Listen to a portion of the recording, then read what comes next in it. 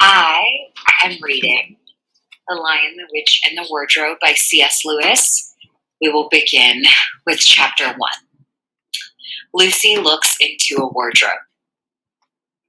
Once there were 4 children whose names were Peter, Susan, Edmund, and Lucy. This story is about something that happened to them when they were sent away from London during the war because of the air raids. They were sent to the house of an old professor who lived in the heart of the country, 10 miles from the nearest railway station and 2 miles from the nearest post office. He had no wife, and he lived in a very large house with a housekeeper called Mrs. Macready and 3 servants. Their names were Ivy, Margaret, and Betty, but they do not come into this story much. He himself was a very old man with shaggy white hair, which grew over most of his face as well as on his head, and they liked him almost at once. But on the first evening when he came out to meet them at the front door, he was so odd-looking that Lucy, who was the youngest, was a little afraid of him. And Edmund, who was the next youngest, wanted to laugh and had to keep on pretending he was blowing his nose to hide it. As soon as they had said goodnight to the professor and gone upstairs on the first night, the boys came into the girls' room and they all talked it over. "We've fallen on our feet, and no mistake," said Peter. "This is going to be perfectly splendid. That old chap will let us do anything we like." "I think he's an old dear," said Susan. "Oh, come off it," said Edmund, who was tired and pretending not to be tired, which always made him bad-tempered. "Don't go on talking like that." "Like what?" said Susan. "And anyway, it's time you were in bed." "Trying to talk like mother," said Edmund. "And who are you to say when I'm to go to bed? Go to bed yourself." "Hadn't we all better go to bed?" said Lucy. "There's sure to be a row if we're heard talking here." "No, there won't," said Peter. "I tell you, this is the sort of house where no one's going to mind what we do. Anyway, they won't hear us. It's about 10 minutes walk from here down to that dining room and any amount of stairs and passages in between."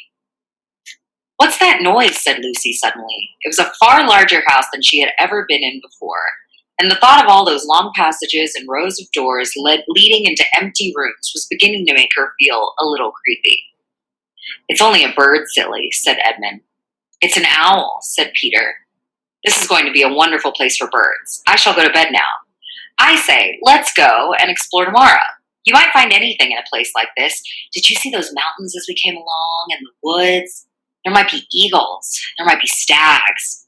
There'll be hawks." "Badgers," said Lucy. "Snakes," said Edmund. "Foxes," said Susan. But when next morning came, there was a steady rain falling, so thick that when you looked out of the window, you could see neither the mountains nor the woods, nor even the stream in the garden. "Of course it would be raining," said Edmund. They had just finished breakfast with the professor and were upstairs in the room he had set apart for them, a long, low room with 2 windows looking out in one direction and 2 in another. "Do stop grumbling, Ed," said Susan. 10 to 1 it'll clear up in an hour or so, and in the meantime we're pretty well off. There's a wireless and lots of books." "Not for me," said Peter. "I'm going to explore in the house." Everyone agreed to this, and that was how the adventures began. It was the sort of house that you never seem to come to the end of, and it was full of unexpected places. The first few doors they tried led only into spare bedrooms, as everyone had expected that they would. But soon they came to a very long room full of pictures, and there they found a suit of armor.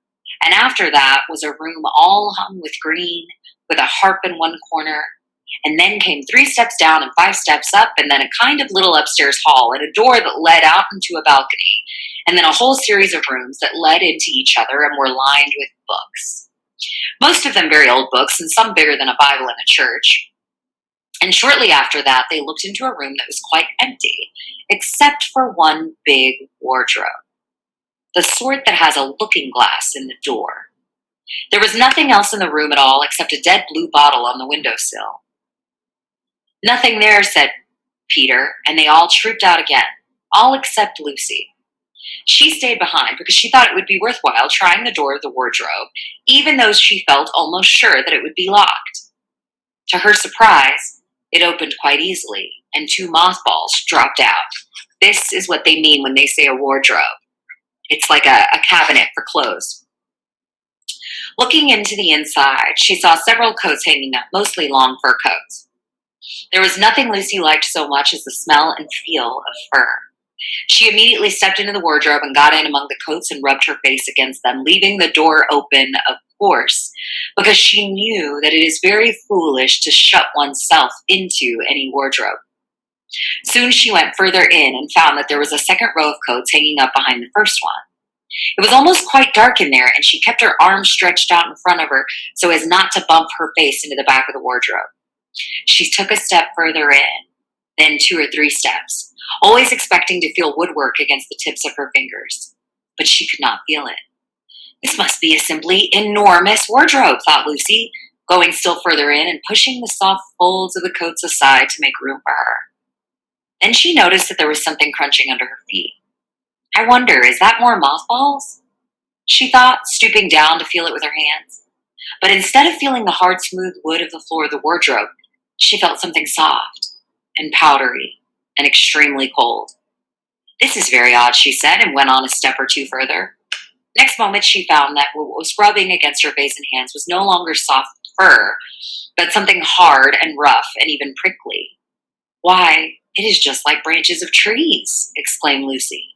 And then she thought that there was a light ahead of her, not a few inches away where the back of the wardrobe ought to have been, but a long way off. Something cold and soft was falling on her. A moment later, she found that she was standing in the middle of a wood at night time, with snow under her feet and snowflakes falling through the air. Lucy felt a little frightened, but she felt very inquisitive and excited as well. She looked back over her shoulder, and there, between the dark tree trunks, she could still see the open doorway of the wardrobe and even catch a glimpse of the empty room from which she had set out. She had, of course, left the door open, for she knew that it is a very silly thing to shut oneself into a wardrobe. It seemed to still be daylight there. I can always get back if anything goes wrong, thought Lucy. She began to walk forward, crunch, crunch, over the snow and through the wood toward the other light. In about 10 minutes, she reached it and found that it was a lamppost. As she stood looking at it, wondering why there was a lamppost in the middle of a wood, and wondering what to do next, she heard a pitter-patter of feet coming towards her. And soon after that, a very strange person stepped out among the trees into the light of the lamppost.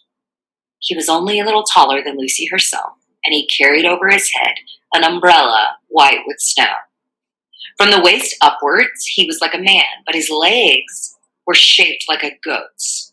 The hair on them was glossy black, and instead of feet, he had goat's hooves. He also had a tail, but Lucy did not notice this at first because it was nearly caught up over the arm that held the umbrella so as to keep it from trailing in the snow. He had a red woolen muffler around his neck, and his skin was rather reddish too. He had a strange but pleasant little face with a short pointed beard and curly hair, and out of the hair there stuck 2 horns, one on each side of his forehead. One of his hands, as I have said, held the umbrella. In the other arm he carried several brown paper parcels. What with the parcels and the snow, it looked just as if he had been doing his Christmas shopping. He was a fawn, and when he saw Lucy, he gave such a start of surprise that he dropped all his parcels. "Goodness gracious me!" exclaimed the fawn. That is the end of chapter 1. Here is a picture of what Lucy saw when she went through the wardrobe with the lamppost and the snow.